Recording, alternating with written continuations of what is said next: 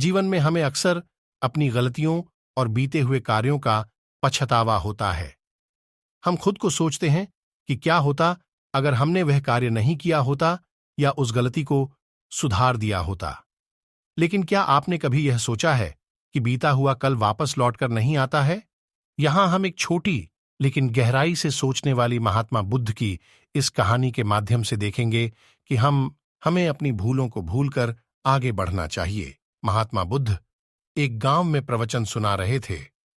उन्होंने पास हुए लोगों के समीप अपनी मधुर वाणी से सभी को संबोधित करते हुए बताया कि हर किसी मनुष्य को धरती मां की तरह सहनशील तथा क्षमाशील होना चाहिए। क्रोध मानव का ऐसा शत्रु है जो दूसरों को तो हानि पहुंचाएगा, साथ में खुद भी उससे नहीं बच पाएगा। इसलिए क्रोध, ईर्ष्या मानव की सबसे बड़े शत्रु है।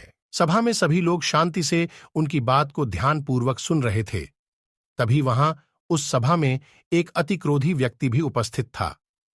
वह पहले तो उनकी बात सुनता रहा, फिर वह अचानक महात्मा जी से क्रोधित होकर बोला। बोलते समय उसका आंखें खून के सामान लाल हो रही थी। कठोर वचन सुनकर भी महात्मा जी ने उस क्रोधी पुरुष का कोई विरोध नहीं किया और न ही उसकी बातों पर कोई भी प्रतिक्रिया दी। वह शांत रहे और अपना काम करते रहे, जिससे वह पुरुष और भी क्रोधित हो गया। उसकी समझ नहीं आया वह क्या करे। तब उस पुरुष ने महात्मा जी के मुंह पर थूक कर चला गया। अगले दिन जब उस व्यक्ति का क्रोध शांत हुआ और उसे अपनी गलती का पछतावा हुआ, तब वह आत्मग्लानि में जलने लगा और फिर उसने सोचा कि उस महात्मा से मुझे माफी मांगनी चाहिए।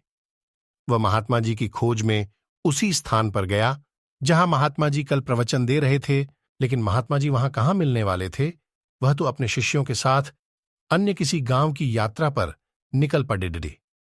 वह पुरुष सब लोगों से महात्मा जी के बारे में पूछता उस स्थान पर पहुंच गया जहां की महात्मा जी प्रवचन कर रहे थे।